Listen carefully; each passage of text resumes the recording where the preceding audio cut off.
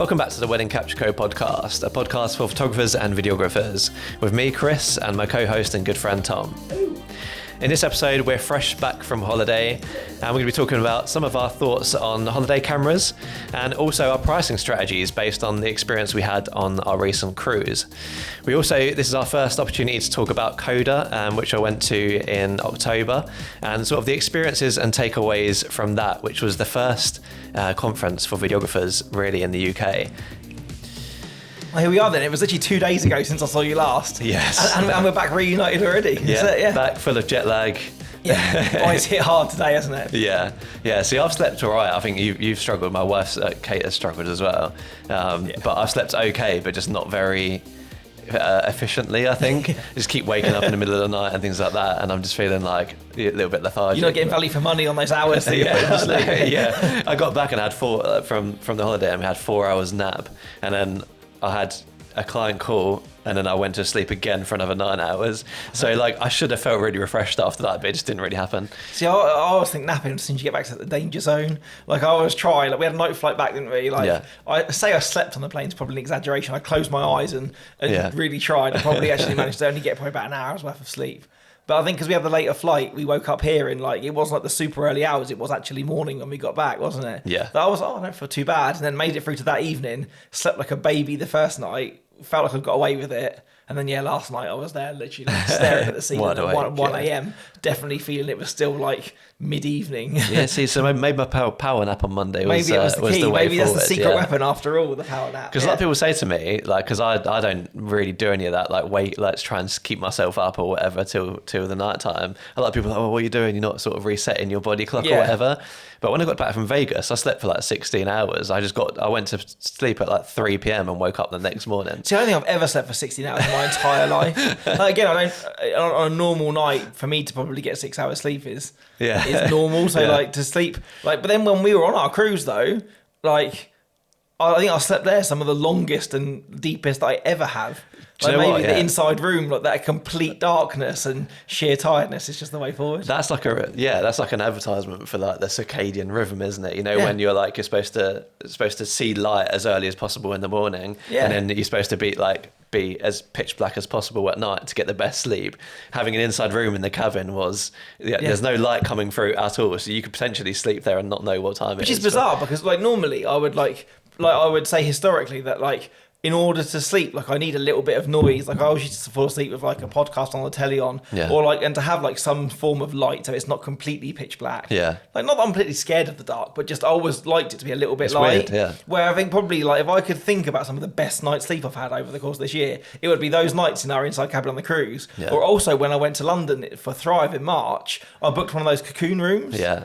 In the Zedwell, so again, no windows, completely. Once you turn the light out, there's nothing. Yeah. And I remember waking up from that, literally feeling like I've been in a coma. It could have been a different year. I slept that well. So maybe I've been doing it all wrong all this time, and that's what I need. Literally, maybe I do need this. Just been off the window. Yeah, completely. One of those deprivation chambers, and that'll be the key to massive rest for me. Yeah. I know I go on about it, but Premier Inns as well. When you turn off a light at a Premier Inn, you can't see anything. Most of the rooms that I've stayed in, because their curtains are so thick and so blackout, that you literally turn off the light and you're laying there in their super comfortable beds, just not being able to see anything. And those are the best night's sleep when you're just when you're not woken up by by light from outside or literally anything. There's no noise. Yeah. So we had some good sleep on holiday, to be fair. We did. Yeah. That's a massive tangent. We've jumped into there, but we've been away, and then the best takeaway we've got from it is how well we slept. Obviously, I think this episode is going to be a little bit of a catch up, and I'm sure that most of you that listen to other podcasts as well as this are maybe a little bit sick of hearing about Coda now, but it was a couple of weeks ago. So I guess that, and obviously, for you, it was probably the first real sort of conference that you'd been to, and definitely the first kind of video conference that there's been really in the UK. So I think I'd definitely love to hear your thoughts on it and kind of the takeaways that you took from it. So I think that's going to come later, but I think we'll give a holiday a little bit more airtime first, because there were some lessons from the holiday as well, weren't there? There are some things I think to tie to work and some kind of takeaways to be had from it in there. Yeah, we always sort of, while we're on holiday, we're sort of talking about, we try and avoid talking about work for the most part, but there are things that once you get away for a couple of weeks, especially when you're in the middle of editing season, or even if you're still filming a lot of weddings at the moment, taking the step away can like kind of make you think about a lot of things and the way you do things. And you know, for both of us, really, we both bought a camera and didn't really use it on holiday. Yeah, which is odd, because I took it with me, and I think so. For those of you that haven't kept up with us on stories or whatever, so we went to Florida, didn't we? Flew out to Florida. We spent a week, the first week of our holiday, or 6 days in Disney World. Yep. And then we got a taxi out to Port Canaveral, and then jumped on a cruise ship for the second week of our trip, which pretty much went kind of through the Gulf of Mexico, down through the Caribbean Sea, and then kind of in a loop back to Florida again. So we kind of had a kind of crazy week, and then kind of a much more rested week. Yeah. And like the first week, my camera did not leave the safe in the room. Yeah. It didn't at all. But I think some of that, because I've been to Disney so much now, is that the idea of like capturing sort of new things is that part of the holiday. I knew exactly what I was going to get. I knew exactly what I was going to see. Yeah. And I enjoyed every second of it. But there was no kind of massively new takeaways for me to urge to document that, because you do find that you probably start to take photos of the same things. Yeah. So there wasn't that kind of urge, I need this on the Leica, because I've taken it probably last year or at the start of the year. Yeah, you're not like photographically inspired by it, because you've already had that feeling of first seeing it.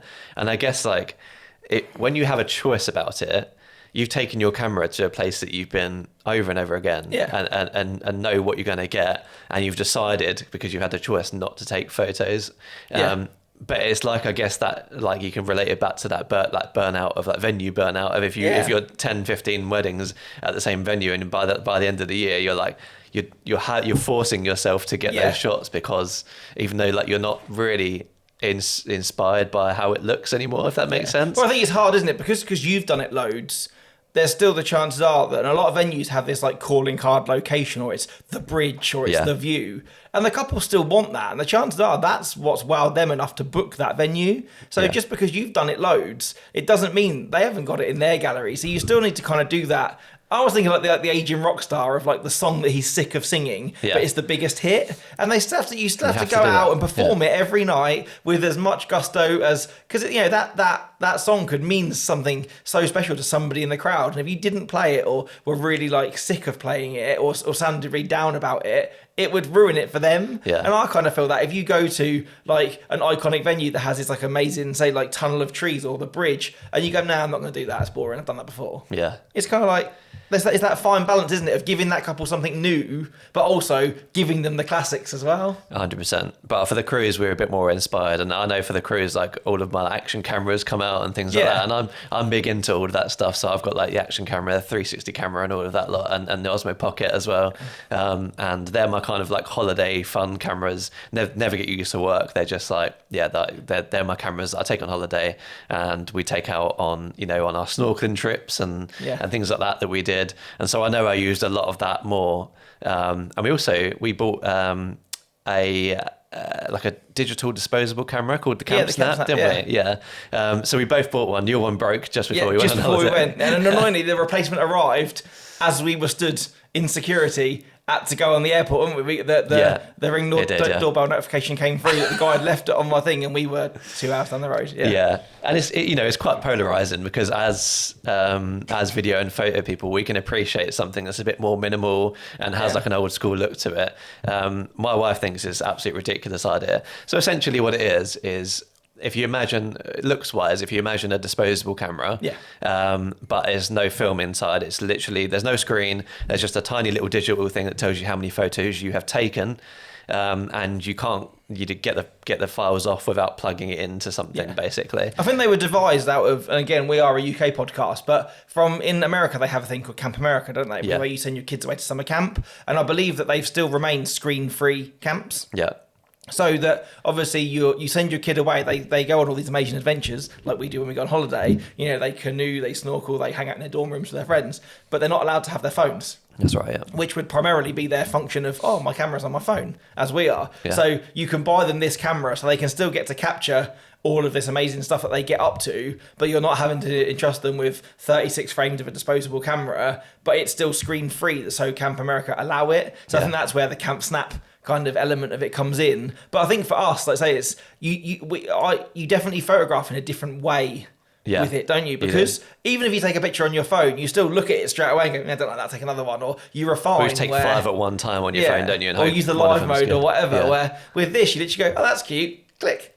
And then you move on. And you can't see it back. So you're just hoping it's come out all right. But there's something there's something quite beautiful in that it doesn't bother you. Or on your phone, as soon as you see it and you go, oh, there's a little mark there, I could just on that, you redo it. Yeah. Where by the time that you look at it in a bunch of weeks' time when you get home, you just love it for what it is. Yeah. So I think there's a lot to be said for that, and it was quite it's a like fun mindful photography, I guess, isn't it? And like, we were doing nothing arty on it, but it's just something about just carrying that around and just like, as you're walking, just stop, quickly take a snap, and like you say, you can't look at it back, so there's no point in perfection. And also, it weighs nothing. That camera, it's so like light. It's alarmingly light, isn't it? And it was like 60 quid. Yeah. So it's 60 quid, and I've already used it for.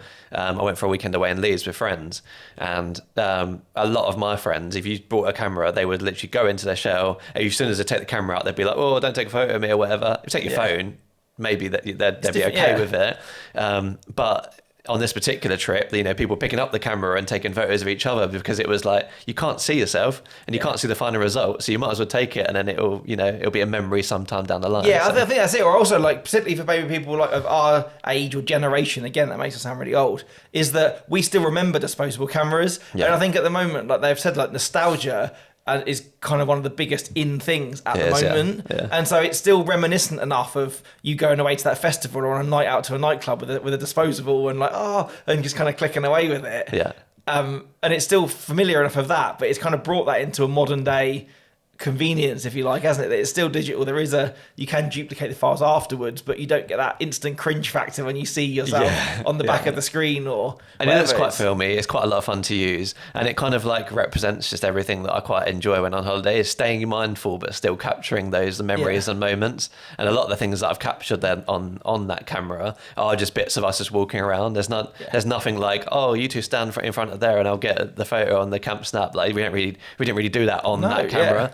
That was just quite a nice little touch, and I recommend having a look at that if you'd like to take, especially if you've got kids as well. Like I've seen people who've handed it to their kids and be like, this is your camera for the trip or the holiday or whatever, and see sort of life from their perspective. Yeah, I think we've talked at length over the time we've been doing the pod about the idea of having work cameras, holiday cameras and the rest of it. And I think that is a perfect thing. Like you could never probably take it.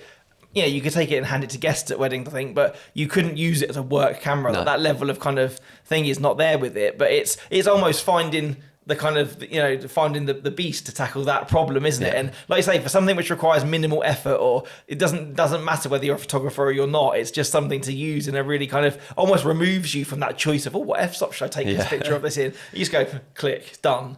But at the same time, if you want to stay away from your phone and be like, no, I'm on holiday, I don't want that burden of carrying my phone around with me, and when I open my screen to get a thing, something will ping a notification and that will then wander my thoughts. You don't have that with the camp snaps. I think that was really nice. It's a much more mindful way of doing it, yeah. And also talking about that, about ease of use and like being mindful while recording and filming.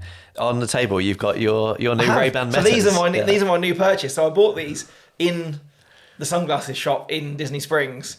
And I didn't even set out to buy them. You've had your Metas for about a year now? Yeah. And since 2 years. And it's always intrigued me. I've seen you use them at weddings or however. And that idea of, like, BTS is a struggle for me. I imagine it is for a lot of people. Like, I'm not mindful enough on a wedding to go, I need to stop in that moment and I need to take BTS or get my phone out. And I'm always kind of really concentrating on what I'm doing.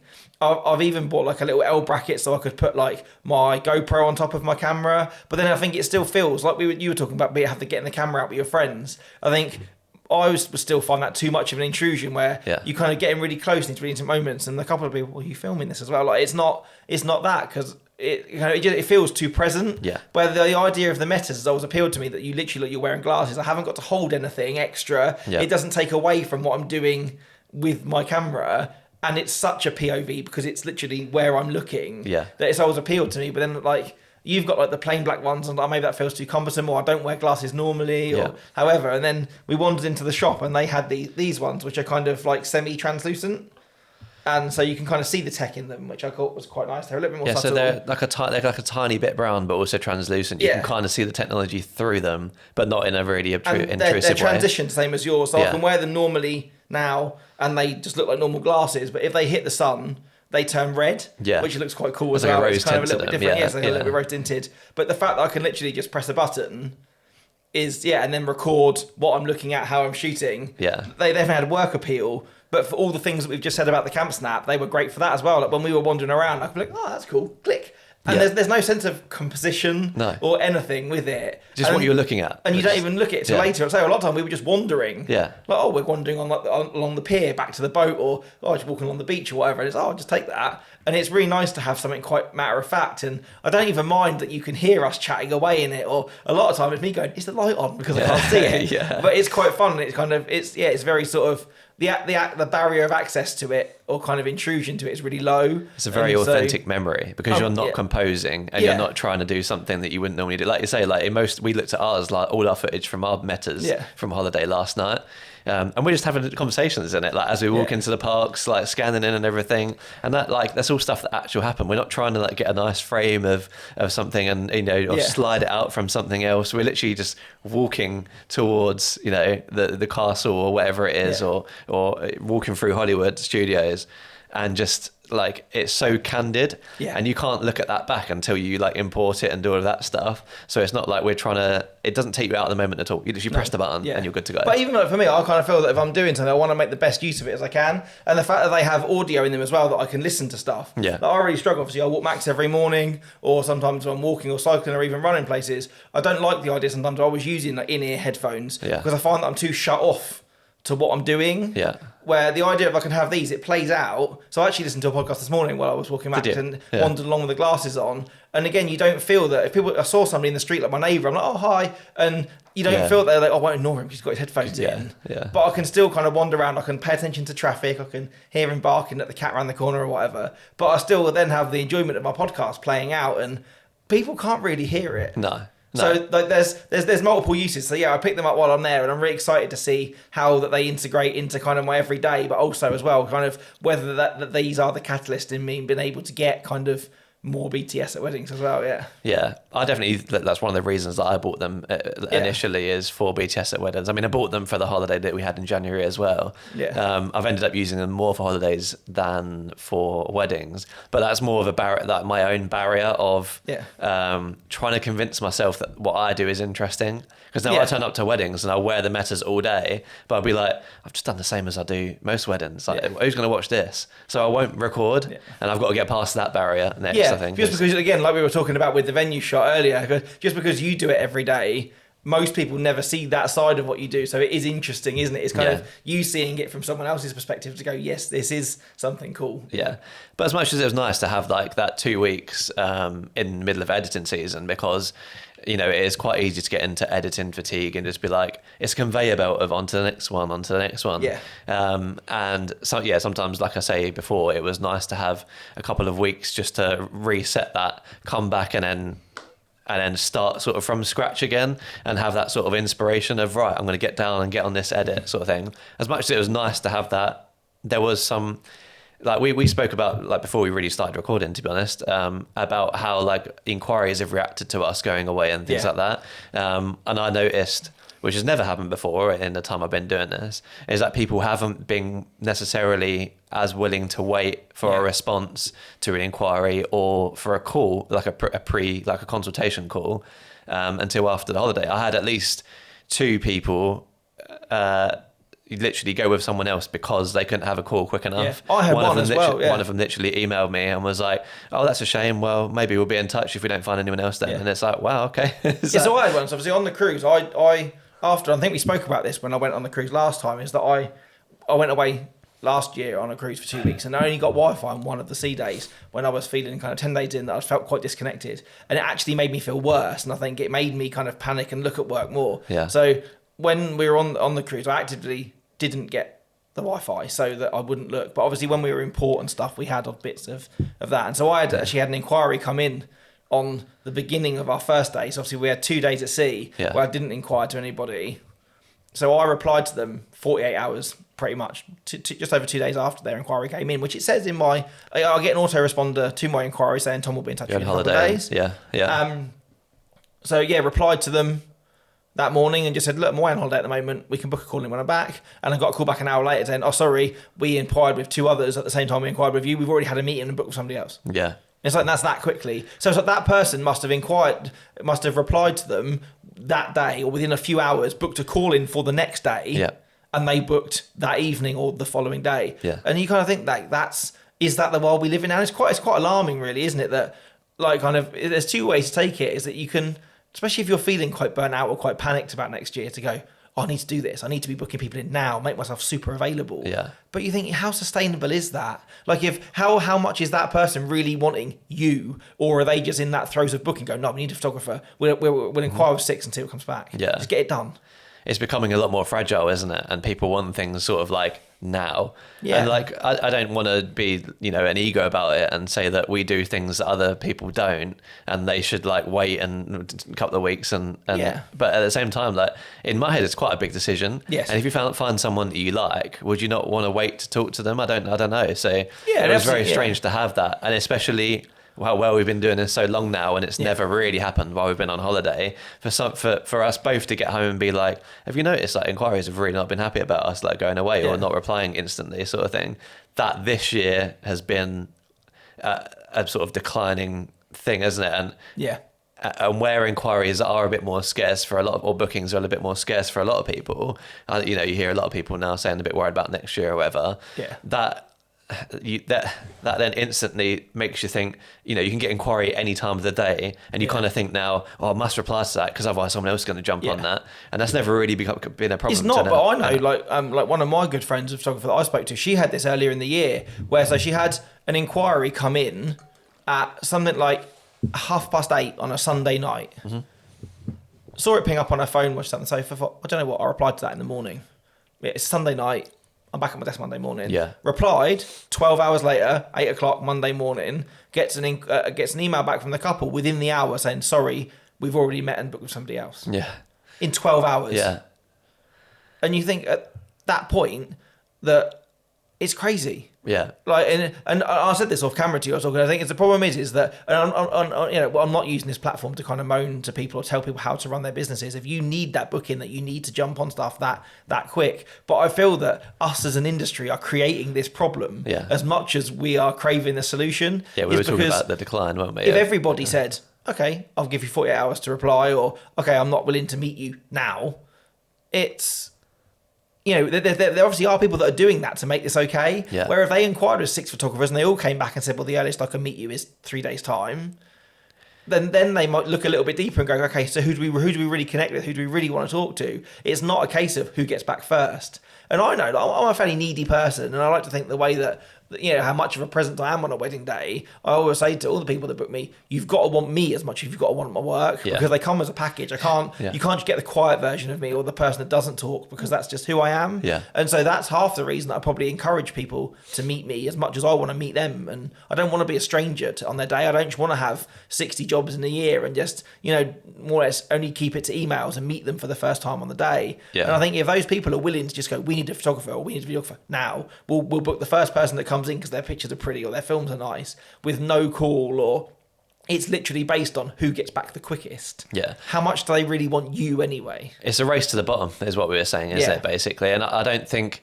there's any right or wrong in this situation. I think obviously for every bit that we are kind of mindful about our work-life balance and, and saying, if an inquiry comes in at 8:30 p.m. on a Sunday, I'd probably do the same. I'd be like, well, I'm going to get up early and be in the office anyway, so I'll respond then. For every bit that we're those people, there are grinders out there who will literally respond to an inquiry within like an hour every time. Oh, I'm free now, should jump on a call. Yeah. And there's nothing wrong with either, but where now you have like probably a lower amount of, I don't know what it is, I don't know whether there's a lower amount of like inquiries coming in or people are deciding to prioritize other things a little bit more or whatever it is, but where that's now, or there's more videographers and more photographers in general, the competition has become so intense that a lot of people feel like they have to now jump on and reply immediately and book in a call and bend over backwards.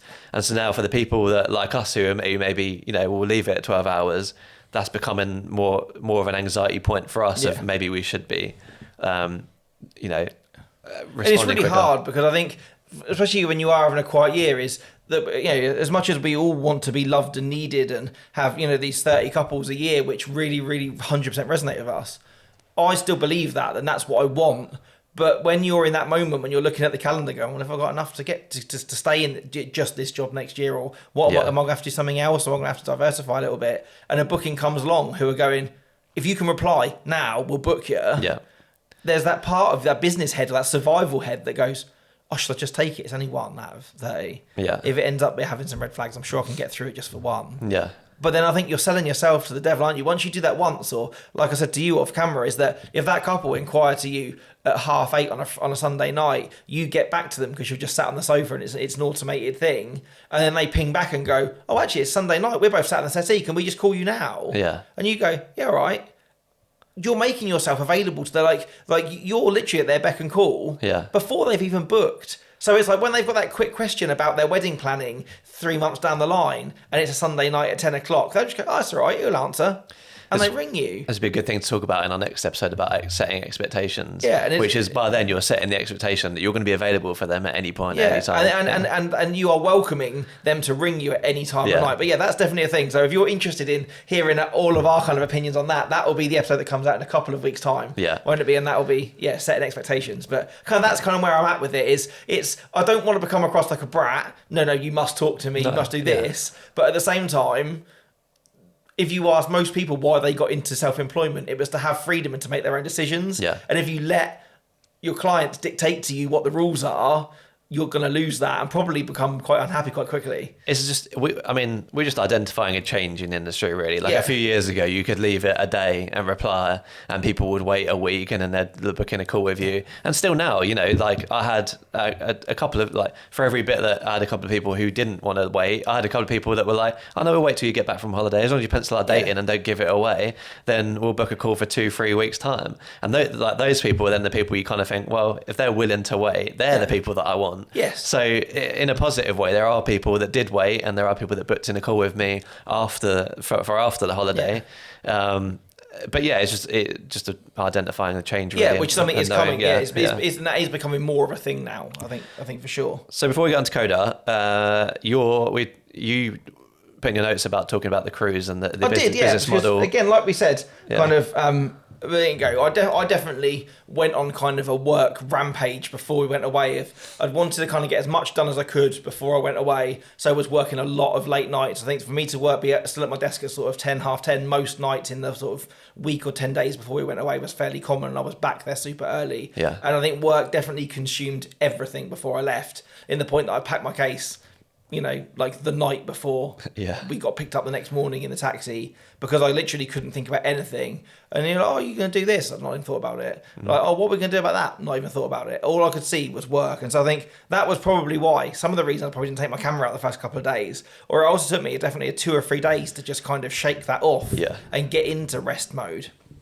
And then obviously we had a lovely time. We jumped on the cruise. And it was your first cruise, wasn't it? And it was our first time with the cruise line that we went with. So I've always cruised with the British cruise line in the past, which works much more in probably a more British mindset, where this was an American cruise line, where it seemed in the first few hours that we got on board, and we kind of got used to it as we went along, didn't we? Yeah. There was, say, 8 restaurants on board. 3 of them were included in the package price. The other 5 were quite a hefty pay up, weren't they? To even go into these parts of the boat. Or then it was like, oh, okay, you can drink these drinks, but if you want this is quite an add-on. And I think we both, kind of sat around apart at some point and was like, I just feel like now they've got us on the boat, they've shut the door, and it's like, how can we get some more money? 100%. And it really felt like that. And I think as we kind of got used to that was the way it was, we kind of focused more on the positives and the things that we could do with the space that we had and the rest of it. And in hindsight, I say we had a nice time, but I think by that point I was well rested enough that the burnout and the kind of, I'm so tired from work had ebbed away, and I started to let those kind of little ideas of inspiration kind of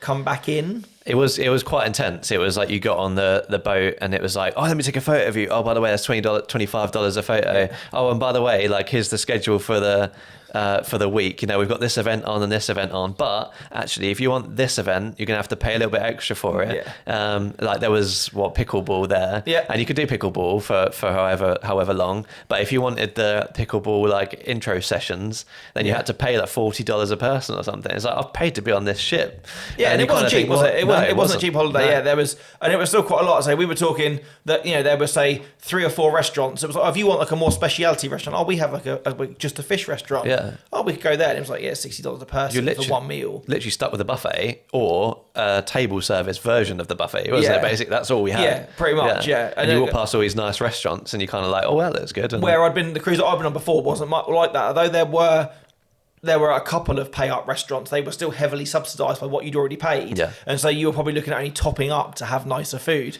So it definitely wasn't like that there. And so I was kind of likening that back to the way that I price my services. Like I'd sat there to you kind of later my Sunlander going, moaning about it. Like I'd rather have paid more money at the beginning of this cruise, knowing that once I got there, I had free reign to enjoy everything. Yeah.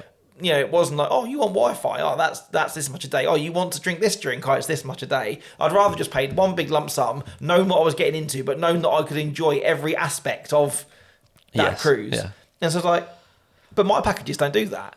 Like I have, you get me for the day and you get your photos. But if you want an album, it's this, or you want the engagement shoot, it's this much, it's this. And it's like, and they're there as bolt-ons because I thought that was giving flexibility to people. But then I look back and go, well, how many people actually book those things? Where if I was offering that, like it's effort, isn't it? Once they've booked me, they kind of tick, we've got our photographer. And then they probably don't really think about their images until I start emailing them about questionnaires and stuff. Where if I maybe sent them a thing going, you've paid, you've got a pre-wedding shoot included in this package, let's book it in. Or, do you know what? You've got an album already paid for at the beginning. Yeah. Because probably a lot of people ask me about albums in the beginning. And then because I don't they're not in my package, it's an add-on at the end. By the time they've got their photos, they're really happy. And then time just happens and life happens. Yeah. They don't book it. So it's made me think now, it's like, well, maybe do I need to have both ways? Do I need to have, the cruise that we went on entry, you get the barrier of entry? Or do I also need the cruise line that I went on before where you get everything up front? Because I would probably book that then going, okay, I know now that if I do this, we've already got the album covered. We've already got this covered. Yeah. And see, I disagreed with this. It started to give me that kind of idea of thought and kind of likening my holiday to how I could use that in. For your packages, yeah. See, I disagreed with this because I again, off camera, I kind of said that I went for that route a little bit. And in my top package, because there are 3 packages, in my top package, I sort of added everything in. So, you got the drone, you got the keepsake edit, uncut footage, and all of you got basically everything that I could possibly offer in that. And I realised in doing that, and obviously the price reflected that, in doing that, I'd actually got less bookings for it, in terms of the ratio of bookings of that package compared to the other 2 packages. People started booking the middle package more because they were like, well, I don't need all this stuff. So in my head, I think, so what I did then is I took away some of the stuff and I didn't reduce the price by much. But even now, it's become more popular because people were looking at it thinking, well, that's a nice, well-rounded package of everything I need. All the stuff I want or don't really need is all in the extras bit. So for me, my opinion on it is, no matter what price bracket you're at, having some sort of a la carte where people can decide later, where perhaps right now it's 18 months before the wedding, right? They're looking at booking a photographer. They've looked at some options. They don't really know what they want, and they just want someone who matches their style and someone to be booked in because a few people they've inquired with have been busy. They're not necessarily thinking, an album would be really nice to remember this for the rest of my life. But 2 months before the wedding, or maybe even 2 months after the wedding, they've got more flexibility to then think, actually, this is quite important now. So maybe I need to add this and add that. But you've always had a variety of packages, haven't you? And mine pretty much is the one. Solid, one. So I think I could kind of play devil's advocate with that and say, well, maybe that big package, although people weren't booking it, people were looking at it and going, well, I don't want that, so I don't value that. So that makes the middle one look a great deal. Yeah. So they weren't skipping off and going elsewhere because you weren't fulfilling what they needed.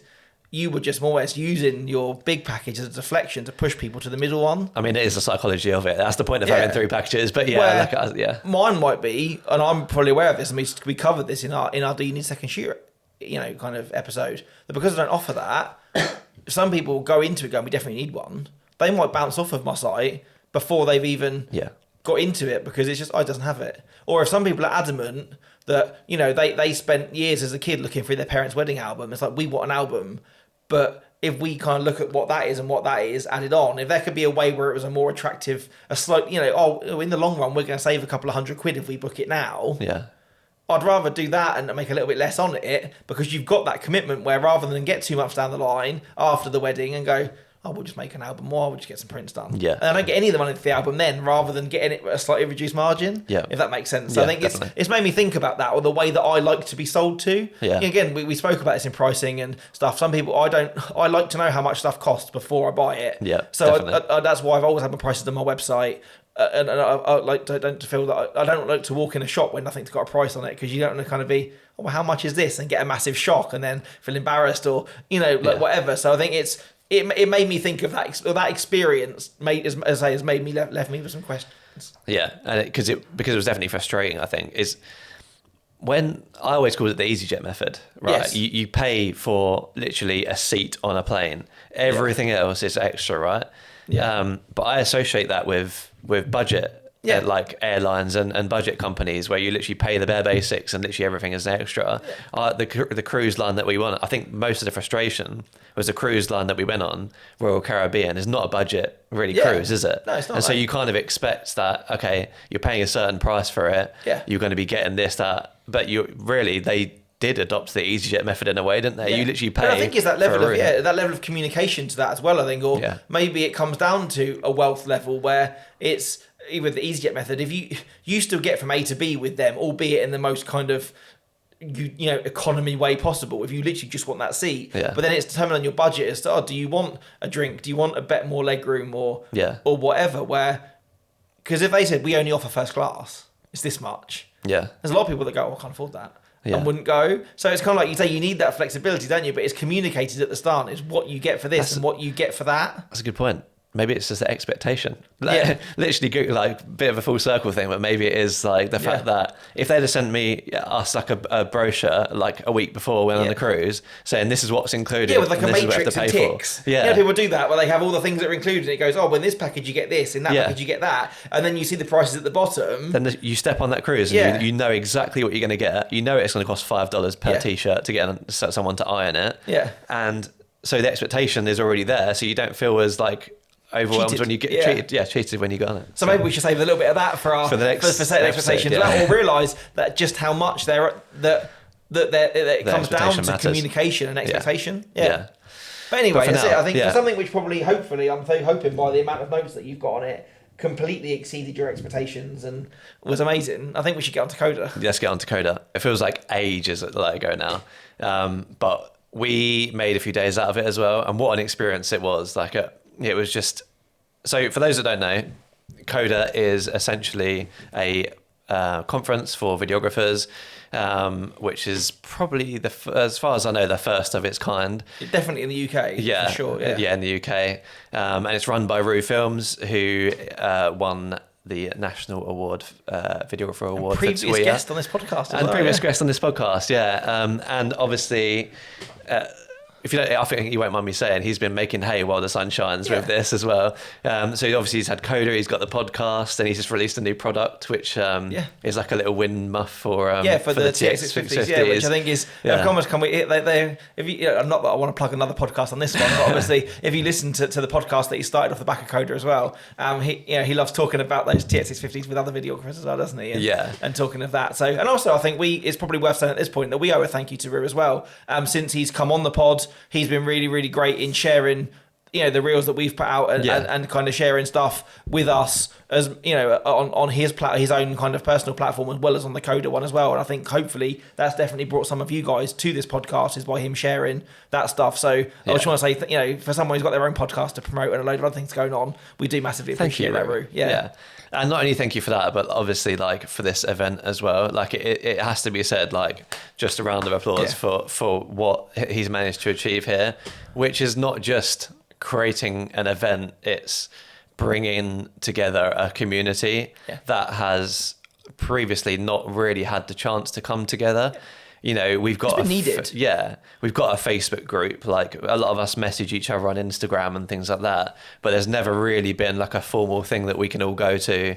And not that the event was formal, but you know what I mean, like something organised. But it still takes balls to do, doesn't it? Yeah. Like it's really easy to sit in front of your desk at home, go, you know, tapping away in a Facebook group, going, "Wouldn't it be all lovely if we could all meet in person?" Or, "Oh, we only had something for us," and moaning about what's not there. Yeah. But to actually take a stand and to go, "Well, I'm going to quit moaning about it, and I'm going to do it." Yeah.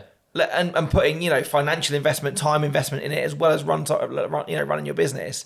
It does take, you know, kind of a lot of balls to do that, and obviously to smash it as well, and to make it into the huge success that it was, and the machine that it's rapidly seems to be coming, with tickets selling out for next year in 40 minutes. And I know that everyone there, and I'm sure he knows as well, was so grateful for him for doing that, because it was born out of passion, and it was very clear that it was born out of passion. You know, he did a talk at the end, like a little bit of a quick sort of roundup, and you know, he sort of welled up a bit, and I think that there wasn't a dry eye in the room by the end of it, because we all saw the passion that went into the event.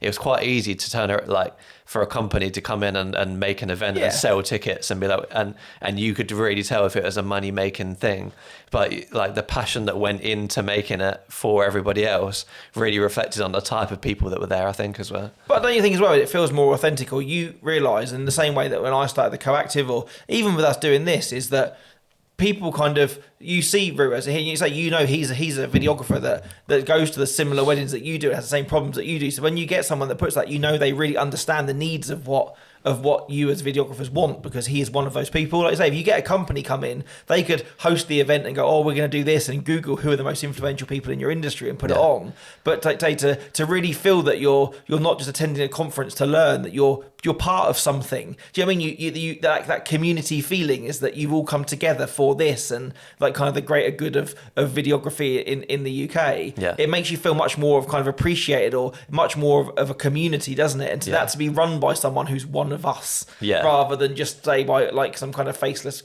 company. I think that it really does mean a lot. Definitely. And I think, like, obviously he's such a down-to-earth and genuine person, like, it's quite approachable anyway. So it's not like, you know, both him and the people who did the talks, it wasn't like they just come on stage, like, did their talks and then walked off and then like got the taxi home. It was like they stayed afterwards. A lot of them come to the after party, and it was very much formed for community and not for us just staring at some videographers. And I love that, for the fact as well that it was obviously at Everyman Cinema, so to kind of there was kind of an element where people were stood on a stage under a spotlight, and their films were probably the biggest that they've ever seen them on a huge screen behind them. It's easier to kind of sit there in one of those seats, I imagine, and almost it gives those people kind of a rock star feel, that like they're on the big stage. But then to be able to just walk up to them and go, "Do you know what, I had this burning question by watching your thing," and get an art and just be able to talk to them like a human being. I think that's so much nicer than going somewhere and kind of pedestaling these people, and then they kind of make themselves seem untouchable, and because it removes them again, you lose that kind of, how do I kind of sympathize with you, or how do I feel that we are on a level if you make yourself like that. And I think kind of humanizing these speakers and stuff, and that's one of the things I think which has always really drawn me to go back to Thrive, is the fact that I know that when we go afterwards, I could walk up to any of those speakers in the bar and they're not going to brush me off or treat me like an idiot or not want to talk to me. It makes it, you can kind of respect where they've got to, but the fact that they're still kind of that accessible, that's one of the massive appeals about it. It was the candor of the event, the fact that it didn't feel like anybody was there to compete. Everybody was there to collaborate, and I know that's such a cliche thing that we say in our industry, but it's you know, everyone was there to sort of make industry friends and that kind of thing. It wasn't like, oh, I'm gonna do this to my business and hopefully get above everyone else. Especially for all the things that we've just said in the start of this episode as well, about kind of the way things are going with inquiries and stuff at the moment. I think it's really easy for some people to kind of look around and go, well, they're taking my bookings, or they're in the same area as me, so they are my competition, and that they, you know, if I don't book this couple, they're probably going to. It's quite easy to kind of think that the industry is kind of turning the visual more tunneled back to your own self. So to have these events like that, where to realise that we are all here to help each other as well. It's nice to kind of have that reminded of you, and not kind of get into that mentality that that everyone, you're not looking over your shoulder for your spot all the time. Definitely. But before I get into some details, first of all, thank you to everybody that came up to me and said they listened to the podcast. Like, it was genuinely such a nice thing that I didn't expect to happen. And, you know, there was a few of you that approached me and said, you know, listen to the podcast, keep it up, that kind of thing. And to sit here, again, that cliche thing to say, but to sit here and talk to you in your dining room with a camera facing us and see some numbers on a screen, like it's really hard to know whether people are listening. Are they like listening intently? Is it something that people click on and go, oh, no, I ain't gonna listen to the rest of that? Or, you know, and who's listening as well? Because we just don't know unless you message us or come to talk to us. We don't know who's listening, and so it was really nice to actually put faces to those numbers that are on our. There's something that someone said to me really early on when I've kind of complained is the wrong word, but I kind of have gone, oh, I've only got this number of followers on Instagram, or I feel like this, and it's like, look at that number on a screen and imagine that as people in a room. And again, someone that's come from a music background, I think, oh, okay, I've got 600 followers. That feels that local venue that I go to. And when I stand in that crowd watching that band, that's quite a lot of people. And now you think, okay, we're at, you know, a couple of thousand followers or whatever. You go, that's quite a lot of people.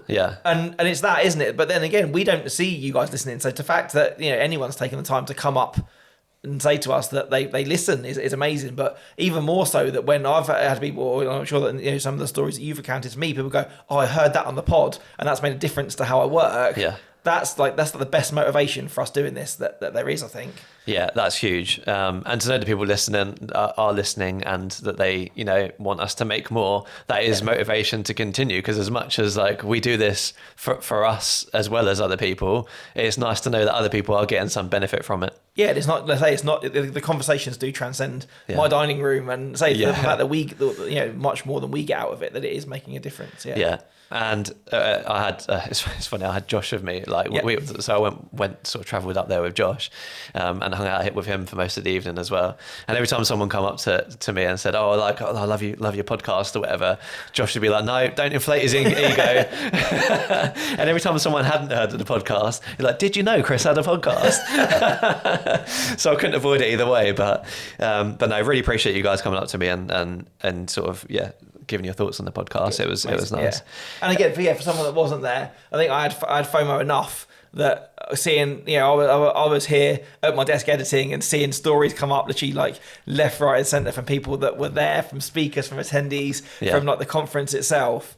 There was like from someone who's not a videographer. And again, I definitely didn't want to go just so people could come and talk to me about the pod, but just like I've learned so much about video and kind of that world just from doing this podcast, that to kind of just be there and see that play out. And again, like after we spoke to Rue, just to see that event be a success for him. That as soon as like next year got announced, I was like, I need to be there. Looked at the date and realised that I'm already away again. I've got a holiday booked for next year, so I'm away on that. I fly on the same day. So otherwise, I would have bought a ticket and maybe would have scraped in before they sold out. But so obviously, like, it's a big event and there's a lot of detail to go into. So I won't bore you with everything. But essentially, I think I'm not a know-it-all, but I think the bit I was looking forward to the most was meeting people. And you know, there's a lot of people that I speak to on Instagram that I'd never met before, and you know, people that you follow on Instagram and people you know you've exchanged messages and things like that, and you've never met. And it's kind of like before the event, I was really looking forward to that the most, I think, is putting those faces to those names. Especially, like I say, if you post a lot, like in the UK Wedding Videographers group, people reply to you from all around the country. And geographically, we are stuck in the south. We know that. And so there obviously are a wealth of people that listen to us that which live much, much further up the country. And so you can't even go, oh, let's just swing by for a beer without like a 5 or 6 hour journey. Or even we've had kind of, you know, when we've spoken to people that want to be guests on the pod, trying to make that geography work sometimes is a little bit difficult. And so to have a reason for you all to travel to the same place alone, just allows that to happen, doesn't it? Yeah, it was a method for us all to meet up and not have to have that, like you say, like you're traveling around to meet people and things like that. So everyone sort of convening on Birmingham was a really positive thing, again, for our industry and just coming together as a community. But yeah, it was good to make new friends and obviously like speak to like friends that I'd already met and things like that. So that was such a big part of it for me. And so there was actually an event, I say an event, it wasn't really an event, the night before. So me and Josh were sat in Spoons eating our chicken nuggets, and got a message like, oh, you know, we're meeting up with a few people like on this night, it was the night before. do you want to come? So we ended up going to a pub, and there was quite a few people who were going to Coda at this sort of bar. So that was really nice as well to get that sort of social. Because imagine you travelled by yourself, and the thought of going to a big conference and sitting there not knowing anybody, and you've maybe travelled a few hours away from home for that. It's quite a daunting thing, isn't it? Having to walk into a room thinking, I don't know anybody or whatever. But to just pop along to the pub like before, because if you're out of town, you've probably got to find somewhere to eat anyway. But even just kind of having that kind of social, a little bit of maybe even making a pal the night before to go, oh, you can come sit with me tomorrow. Yeah. You haven't got to sit by yourself, or oh, shall I meet you in the morning? We'll grab coffee before we wander in. Yeah. That idea of like I even find now sometimes at weddings, like I hate that when you have to walk in by yourself. Or if I knew I was going to a social event, I would always try and find someone to go with me. And go, can we go together? And it always feels less bad if you're walking in kind of, you don't feel like that kind of awkwardly shy person that doesn't know anybody. So I think having the meet up the night before is probably just as useful as the one post conference. Yeah, exactly.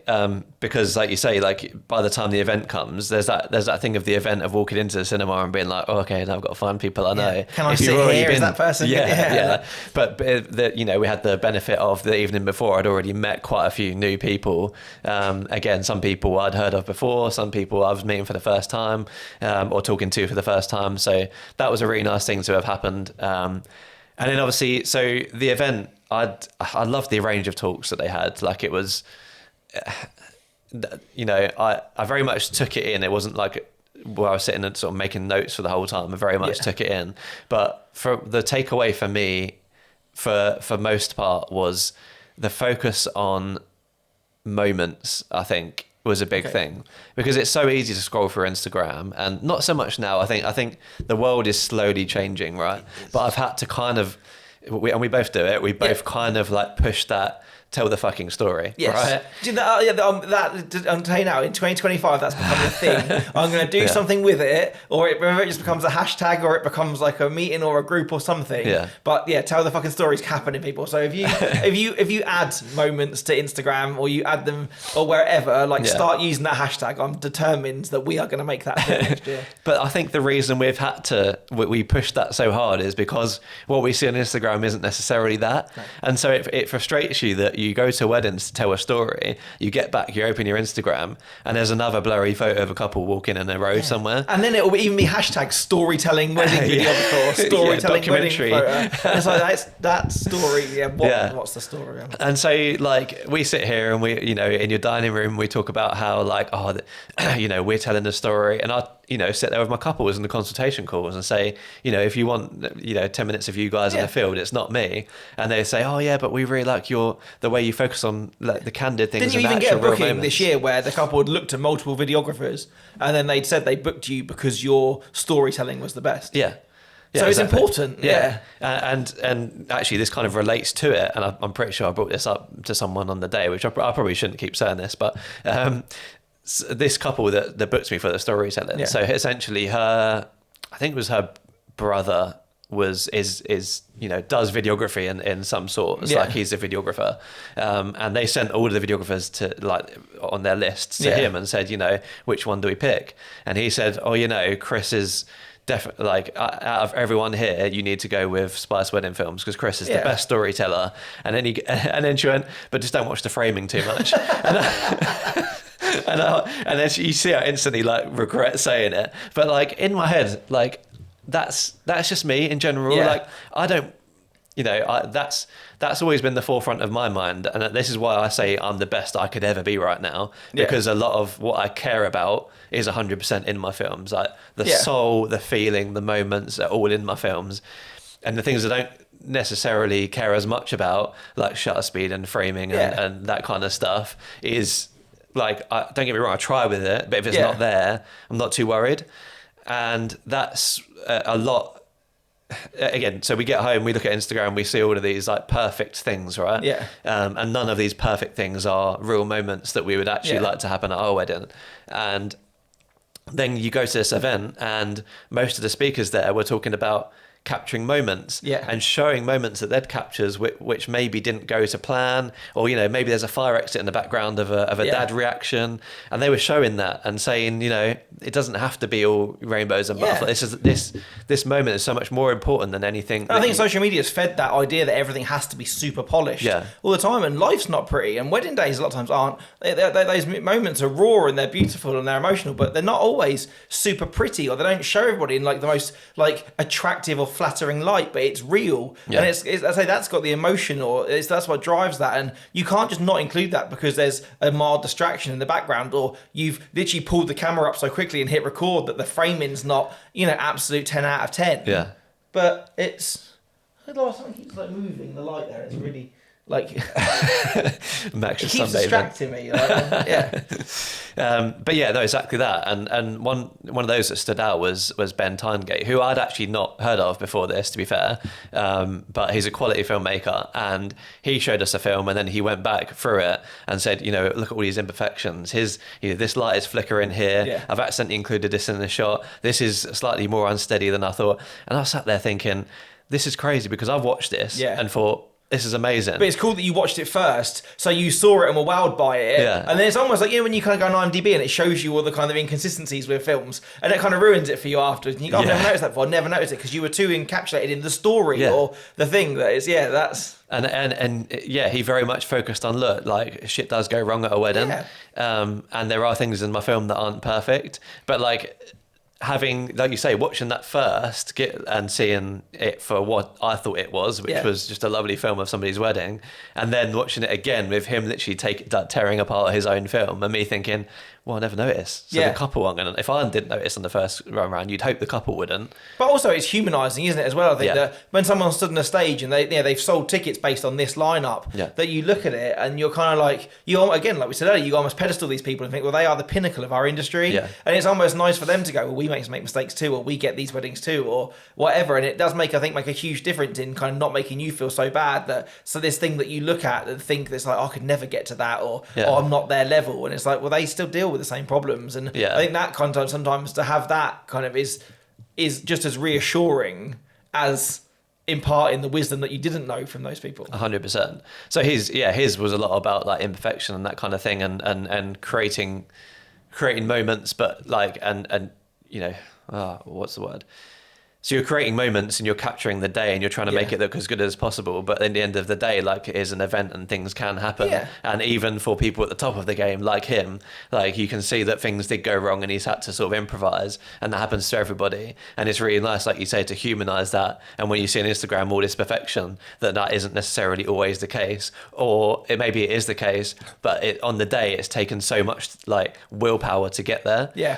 And then obviously the Lawsons were on, whose work I absolutely love, and they did a little talk on sort of what they capture on the day. Again, like, I spoke to Pete and Laura beforehand, and I was like, I'm looking forward to talk. They're like, you've already seen it, because obviously. So was it a very similar condensed version of their workshop that you attended? Yeah, obviously the workshop's a full day, yeah, right? Of course, yeah. But one of the biggest takeaways that I took from the workshop was how they cull so intensely to create that kind of joy that you see in their films is created from culling to the point where that's all that's left. Yeah. And to an extent, like, I've been trying to implement that, but I mean, this is debatable, I guess, but I'm still adamant that people at my weddings are definitely not as happy as the people at the Lawsons' weddings, right? Because they're just people laughing at left, right, and centre, and that definitely has. I think that comes down to how brutally you want to cull, though. Yeah, exactly, yeah. So I don't cull as brutally as that, but yeah, again, like they in their talk they spoke about like the joy and capturing laughter, and how one of the things again that stood out to me from their talk, without giving it away too much, I guess, is that. I think something Pete said about the photographer at this point was doing shots of details, but I didn't go. I went over here and caught this shot, and this is so much more important. And like, in my mind, a lot of the time, if I'm solo shooting, I feel so much pressure to go and get what that photographer's getting. Yeah. If they're like taking the shoes off and the perfume off or whatever and getting shots of it, it takes so much willpower to be like, no, I'm just going to stay here and see what unfolds, because I feel like I should be there, and if I miss that, I'm going to miss something. But don't you think when you, particularly again, I'm sure we spoke about this at length at other times, because every wedding you go to has a photographer, that you have probably learned as much from working, or you learn to work with photographers. And in the beginning of your career, it's probably quite easy to go, I'm just going to follow this guy around. If he knows what he's doing. Yeah. And I'll just get the moving version of what he gets. And you've probably still got enough to make a pretty decent film there. But it's having that kind of trust in your own process. Yeah. To go, well, I don't need to know what he's doing. 100%, yeah. Like, I know that, you know, my films are made up of storytelling, not of details. So if he's gone and spent ages, like, laying out this flat lay, like a flat lay static. So once I've got one pass over it, I'm kind of done. That's it, yeah. But he's missing something that potentially could be really awesome in the other room at that moment, or even in the day when I was doing groups, you only need a little bit of maybe the bridal party bit. You don't need the bit where they're wheeling Nan out and the rest of it, where something awesome could be happening with the magician back at the thing. And it's trusting your own vision to make your film and not make a moving version of the photographer's photos, isn't it? 100%. And a few days after that, I had a wedding where, you know, the photographer had taken the details out and was did a flat lay of everything, and I did, you know, my shot of it, and then it was like she was doing other bits of it, and like, we're in this room on our own, and I was like, oh, there's loads of stuff going on with the bride's getting ready, the groom's getting ready, and I was like, in my head, I need to peel myself away from the situation and go in, because I care so much more about what actually happens than any of that details anyway. I find it as well, even as a photographer at weddings sometimes, where if I'm doing group shots one way and I hear laughter behind me, or I hear something going on behind me, and I think, what, like, and again, my group shots are fairly quick, but you still think, well, and I know we need them, they are important, but there's still that element of like, I could be there that doing could be that. fun doing that, and it's hard, isn't it? So it was nice to see that from the Lawsons. And they also got the chance to do a sort of a look through their editing. So they went through like one of the timelines of their edits, which they did in their film school, and I found really helpful. Like, not because I didn't implement most of the techniques that they say, but because whenever I'm editing a feature film, I'm kind of like, oh, is this good? I'm not really sure. Like, you know, am I doing enough, and that kind of thing. Is it structurally great? And watching the Lawsons and how they put films together is actually very, very similar to how my feature films come together. And it's just that like a little bit of. But don't you feel that's probably some of the stuff which is most guarded? Affirmation. Like everybody, whether it's moments or it's polished or it's not, people still show their end product. Yeah. But like it's almost like a photographer, isn't it, standing up and popping a raw file up on the screen and showing them how they'd edit it. Yeah. And I think there's still that process that a lot of people are still really closeted about, or maybe because it exposes a side to them. Like say you see that this amazing like perfect thing, and it's like, do I want someone to see my raw file? You don't often see people's timelines in that and way. Oh, it takes this out, it takes that out, or and they showed whatever. They showed the grading, like a little bit of the grading process. They showed like things like, oh, you know, for this ceremony or this bit of speeches, we had to cut to this angle, but we didn't really want to. But here's what happened to our other angle; it overheated or whatever. And all you see is like what in your eyes is a perfect. So you feel that honesty product. Of what it is, Well, you know that those things happen to them. They're not completely perfect humans that nothing happens to. So that was also very helpful as well. And there's a different film to what they showed in the film school. Yeah. So that was handy. That's nice. So it wasn't they literally used completely the same content. Yeah. So on a similar vein, sort of Bronte came on, and she, I think, had everyone in a little bit emotional with some of the moments that she showed, and she there was a focus on legacy and moments and things like that, and that really captured a lot of people in the room, because again, like, we all know what we're doing and why we're doing it, but sometimes it takes someone to show us someone else's wedding or someone else's work where it's really emotionally impactful, and you're looking at, you know, you're sat in a cinema watching someone else's work or video of like Grandad or whatever, and getting emotional about it. Imagine how the couple felt when she delivered that film to them. But other than that, if you can look at somebody else's film and they're a stranger and you feel like that, it's like, imagine how they feel. And I ask that sometimes to prospective couples, and they go, oh, I love your work, or I love this, and it's like, you're looking at that person, and for the most part you probably don't know any of these people. It's like, if you can replace that nan with your nan, and you can replace that mum with your mum, it's like, you can see that now. It's like, you can begin to see how you're going to feel about those moments that I take. And it's almost like you can look at someone's work on a very face value and go, oh, the colours are pretty, or I like the way it's put together. But that's the kind of the bones of it, isn't it? Is these are real people, and they're real connections in people's lives, and it's almost putting yourself into their shoes to make that feel what it is. But it wasn't all just that. So Mia, who is a listener to the podcast, it turns out, as well. Oh, hello, Mia. Did a talk on that, you know, creating a team of videographers, and I found this really interesting, because it's something that it's just I like looking into other ways, and not necessarily like I do it, but I like looking into other ways that people run the business that we run. And I think it's really exciting to see, and like the fact that she's formed a team of videographers who have different strengths, different things they like filming, and things like that. And it was really nice to see like that different approach to it. Whereas like we're kind of like, I mean, I always push 2 videographers, but you're kind of like solo photographer. Very much. Again, like I've always said that in terms of business wise, to have a studio or a team or associates or however makes perfect business sense. But I like that personability and that relationship that I have with my couples, and that's kind of cornerstone for me in my business. So the idea of giving that job to somebody else and me losing that, or trying to edit a wedding that I hadn't been to or something like that, is something which I really don't want to entertain. But it's amazing to see that people do it and make it work for them. So that was a really good talk, and I had a really nice chat with Mia afterwards as well, on the way to the after party, which was nice. And then Costa Sisters were obviously on as well, and again their work I wasn't really familiar with before the Coda sort of lineup got announced, but they did a talk on branding, which is quite cool because obviously we've got our workshop coming up next week, and a lot of what they spoke about was things that we speak about in our workshop.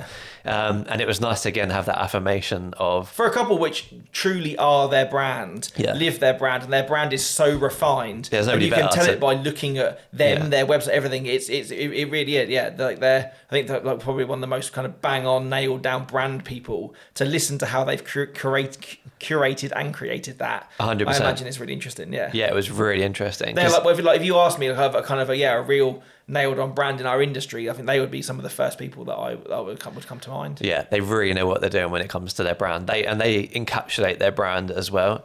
And I think that their sort of talk was a scaled down badass version of what will be our sort of branding workshop. I'm really excited for that. Again, obviously now I know obviously that the tickets have been sold now. It's literally less than a week away, or literally a week and a day away. So really excited to jump back on that again. But the biggest takeaway I took from that was about, and again, this is quite obvious, but it's something that I'm going to sort of try and tweak into the workshop somehow, is about trying to figure out who you're not trying to target as well. Your brand is as much about who you're not as who you are. And I think that's kind of lost in the, you should do this, you should do that. What shouldn't you do? Or what don't you want to film or photograph or I think it's that fear of repelling, isn't it? Is that, and I know a good brand should do it kind of very subconsciously at times, but I think it's something, if you don't want that, or you're still getting stuff that you think that your brand isn't, it's like then there's clearly a mismatch somewhere, isn't there? And there's it's almost to look at anything in a negative way. You don't want to think, who do I want to repel? But essentially that's what it is, isn't it? And then I think I haven't spoken about Russell yet. So Russell came on and did a talk about his digital products. Was he the last speaker? He was the headline speaker, as it was. He came on last and spoke about his products and Shopify. And obviously, like he acknowledged that we're all having a bit of a weird time getting bookings for next year. I think most of us are on track. It's just been a bit of a different process to get there. It's been a hard way to get there, for sure, And I think that's the main thing of it's been a bit of a slog. And he sort of identified the selling products as an option to make that passive income, so that if you don't get a booking that week or whatever, you're not thinking, because we've spoken about that in the past, haven't we? Like, obviously as a photographer, like I feel that we have a far more easier ride of selling physicals, whether it be albums or prints or USB boxes or like matted folio things, or like in terms of like physical products. I mean, that's a lot easier, isn't it? Or a lot of an easier sell, because it's much more in tuned into kind of the end result for people's photographs than it is with the video. Like once you get the film, are you then kind of like, I've got my film now, and like where? But it's adding, say there are other, to kind of point out there are things around your business that you can do. It's mainly about selling to other videographers, but obviously like he sells lots of digital products. I've bought a few of them, like LUTs and brochures and things like that he sells, and he's very good at doing it. And he's sort of, again, like there was no gatekeeping. It literally opened the door. Which is nice, because again they're right there, in a room full of videographers. If you all sell to each other, someone's got to be the buy, haven't they? So it's quite nice he was to do that. So it's very much, this is what I do. This is roughly how much I make from it. This is what you could do. If you want help in open a Shopify store, these are the steps you can take. And like it was very much like, that's for me, like that I took quite a lot away from that one, because it's something I've been teetering on the edge of doing for a while. And I've got the contract that I've sold and made the money back from paying the solicitor to write it and everything like that. But then I created a new website and just didn't bother adding it to the new website. But even if a workshop gives you that like kind of kick up the arse that you need to go, oh, I know I should be doing that. Like, and I've said this a lot of times, I said it when you went to the Lawsons, and I know that I've done it on the few bits of education that I've done, is that sometimes hearing someone tell you stuff that you already know is equally just as useful as learning new things. Yeah. Because you're like, oh, I'm so excited, I've never heard this before. But sometimes it's like, oh, I do that already. It means I'm on the right path, or I know that I should be doing that. Why haven't I got around to it yet? If someone keeps telling me it every time piece of education I come to, maybe that's something I really need to be capitalising on. And someone who's done it really well as well. Like I spoke to him afterwards. He was like, I was like, I'm going to do this. He was like, if you need any help with it, mate, let me know. Drop me a message. And just that was like super nice. And I was like, you know, I've got to do this now, because I've had help from somebody who is, you know, who is experienced in doing it. I've been wanting to do it for a while. And you know, on a separate note, after Coda, I have noticed people, you know, some people's Instagrams have maybe got a bit busier, like their stories are sort of like racking up. There's a few people that have released digital products that, you know, they just come out of the blue out after Coda, because maybe they've been thinking about doing it, but never really done it. And now it's like starting to, you know. And I think that's the catalyst, isn't it? Is that anybody can buy a ticket to a conference and go and hear about all these amazing photographers and videographers that have done the thing and are doing the thing. But it's taking that away and actually applying it. Like in a room, like they say most time, you know, probably 75 to 80% of the people in that room will go, oh, that's cool, but we'll never actually get round to it, or not for a lot longer. So it's taking that kind of grasping that nettle and actually making that action. That, you know, and I think it's kind of incredibly humbling that any of us could probably get to their level. It's the same with Rue even starting Coda in the first place. It's actually taking that bull by the horns and going, I'm doing this. I'm making this change, or I'm going to at least try and go and do this. And going all in on it as well, I think is important. You can't just, you know, half-arse it, like I said, like with the contract that I say, I'm just putting a page up and then hiding it and not doing anything if someone with it. Brutally asked you, why has it not been a success? Or you could say, well, it has been successful, you've got the money back for it, but you know, that if everybody that's a videographer in this country bought your contract, like, you might have a Cybertruck and not an auto Tesla, you know, or however, it would, you know, it might push you that. It would be making you maybe more than you are from videography. But it's that difference, isn't it? Oh, well, I've got it, but I wasn't that confident, so I hid it away somewhere, or didn't. But I know, and it's all time as well, isn't it? It's time, working out things. But I think that's the idea of having education, isn't it? You're taking time out of your business to better yourself. And if that's what gives you the shove to do more with it. And it 100% has that talk. So that obviously, like, I think I've covered most of the speakers. There's so much more detail I'd like to go in, but it'd be a very boring, very long podcast. But I just think in general, it was a good range. It was very motivating for everybody, and you know, it speaks for itself, I think, in the fact that.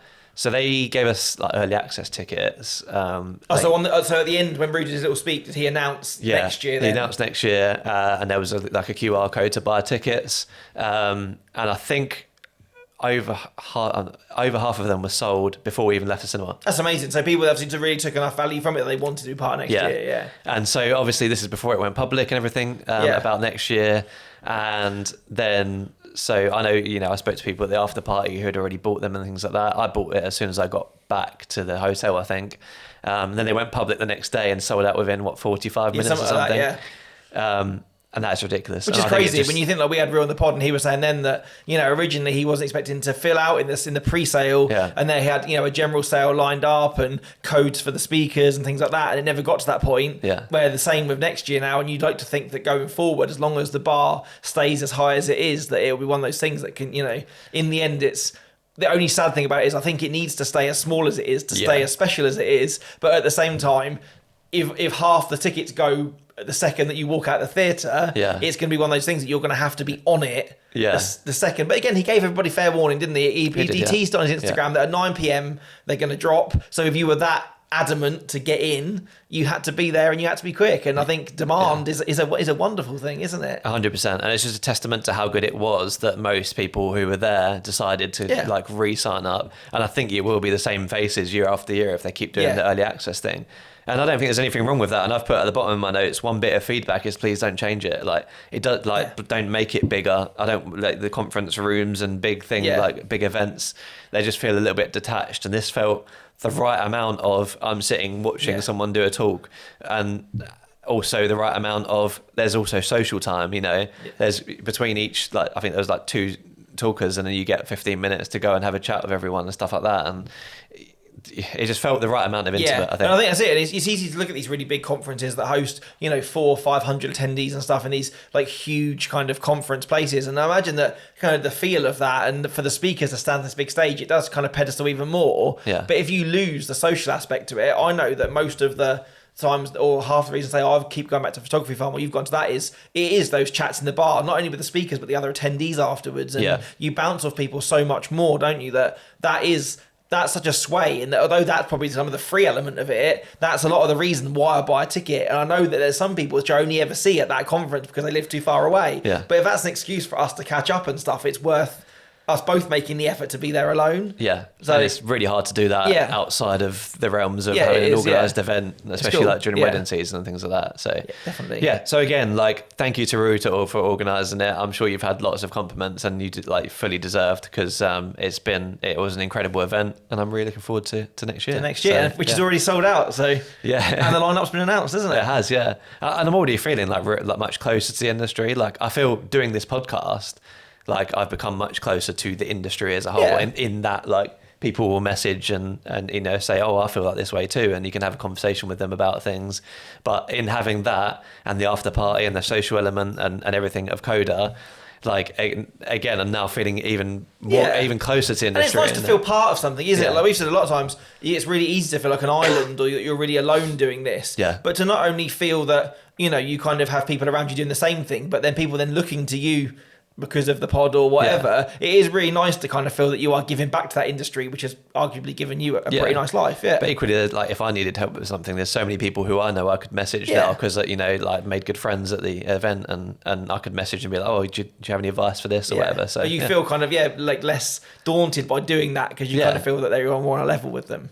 Amazing. Well, I'm glad that it went really well again, and also that mainly for Rue as well, that the hype lived up and it was everything that it was. Hopefully there was some stuff in there which, if you didn't go, you hadn't heard from other podcasts, or the rest of it. I know obviously that there's been a lot said about Coda, but at the same time, I think we couldn't let it pass and not talk about it for the monumental thing that it's been. Big up to Rue. So hopefully now you're all caught up with our holiday, we're caught up with Coda, and then obviously we've got our next episode coming, which is all about setting expectations, which we've teased a little bit, completely by accident in this. And also, I think the one last piece of news before we kind of sign off as well is that I'm not going to tell you who it is, but we have booked in our first speaker for 2025, haven't we? We have, yes. So we've got a recording date set, which will be happening later in this year, and then that will be our first guest episode to launch next year, which I'm really, really excited about. I am as well. We started our first episode of this year with a guest. Oh, we did, didn't we? We're going to start with our first ever guest.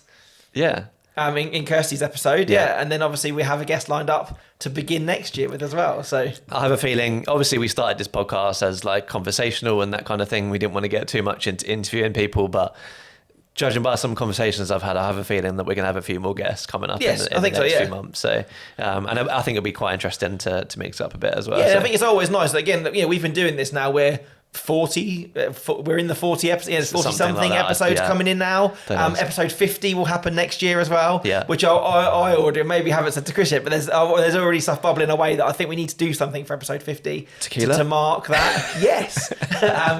So again, maybe not after Mexico. Whatever that looks like, I think there needs to be something to mark episode 50. But I think to have a nice mixture of things. Obviously, when we started the pod, there was a huge list of episodes which we are definitely chipping our way through. So to keep giving stuff, to have guests in definitely slows the rate that we get through that list. But also it brings in other opinions. Like, we're just two lads who have very similar opinions because we bounce off of each other. In an industry which is ever changing. Exactly. Like, there's so many topics that have popped up and go, we need to do that now, that weren't even on the damn list in the first place. So I think, we're still good for a while yet. We're still enjoying it. We're still grateful that you seem to be enjoying it. And hopefully it's hopefully we can welcome some of you onto the pod and talk about some other things. For all the things that we've just said about Coda, about community, and putting people on the same level and stuff. Like, if you're sat at home listening to this thinking you have something to say, you probably do, and there's probably people that would love to hear it. So don't think that we're only interested in these kind of people with huge social media followings or people that are making amazing waves. Like, if you have a topic which you're particularly passionate about and want to chat through with us or in a public forum, then definitely reach out. And we would love to have you on. 100% love that. It doesn't matter who you are, how many followers you got, or whatever. If you've got something to say, you're welcome on the pod. Yes. So And I say, and with that, I think we should. The meal deal is calling, isn't it? The meal deal is calling. And so thanks so much for listening. Thanks for listening. We'll see you in the next one.